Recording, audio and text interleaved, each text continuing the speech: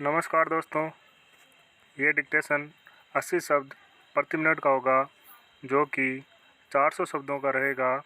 5 minute तक बोला जाएगा। 10 सेकंड बाद स्टार्ट किया जाएगा।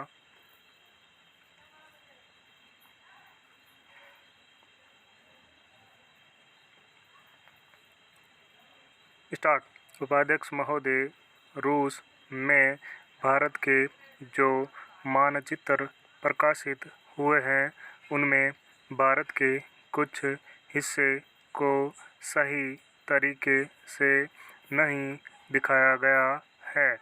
इसको सरकार भी मानती है और इस विषय पर कोई मतभेद नहीं है। प्रश्न यह है कि अगर किसी देश ने हमारे देश का गलत मानचित्र प्रकाशित किया है, तो एक सरकार के रूप में भारत सरकार का जो कर्तव्य है, उसने उसको निभाया है या नहीं, और अगर निभाया है तो किस प्रकार से निभाया है। जब भारत सरकार का ध्यान इसमें प्रकाशित उस मानचित्र की ओर दिलाया गया जिसमें हमारे देश के कुछ भाग को गलत ढंग से दिखाया गया था, तो उसने 1956 में ही, जबकि न तो भारत और चीन की सीमा का प्रश्न पैदा हुआ था, इस बारे में रूस ने विरोध किया। इसके बाद भारत सरकार ने लगातार 4 बार रूस सरकार से लिखित रूप से विरोध किया कि हमारे मानचित्र को ठीक से नहीं दिखाया गया है।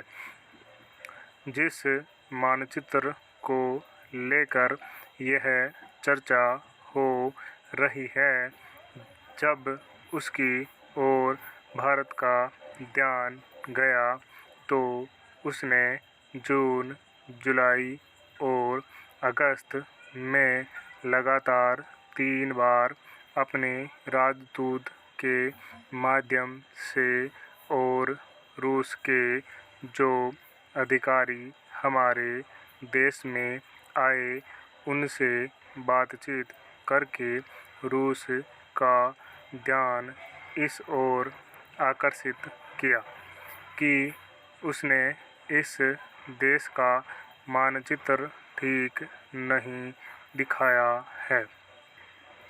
प्रश्न यह है कि जिस मानचित्र के बारे में हम चर्चा कर रहे हैं, उसके बारे में हमें चिंता होनी चाहिए या नहीं। मैं समझता हूँ कि अगर दुनिया का कोई भी देश हमारा मानचित्र सही ढंग से नहीं दिखाता है, तो स्वाभाविक रूप से देश को उसके बारे में चिंता करनी चाहिए। हम अपने कर्तव्य से नहीं चूक सकते हैं।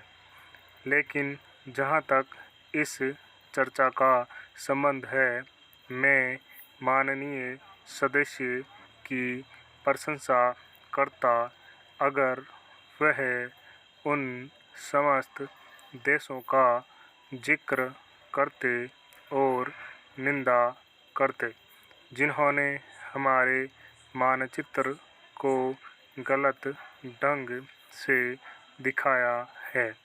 उदाहरण के लिए पाकिस्तान को शिकायत है उसके मानचित्र को केवल रूस, इराक और मिस्र ने ही नहीं, बल्कि अमेरिका ने भी गलत दिखाया है।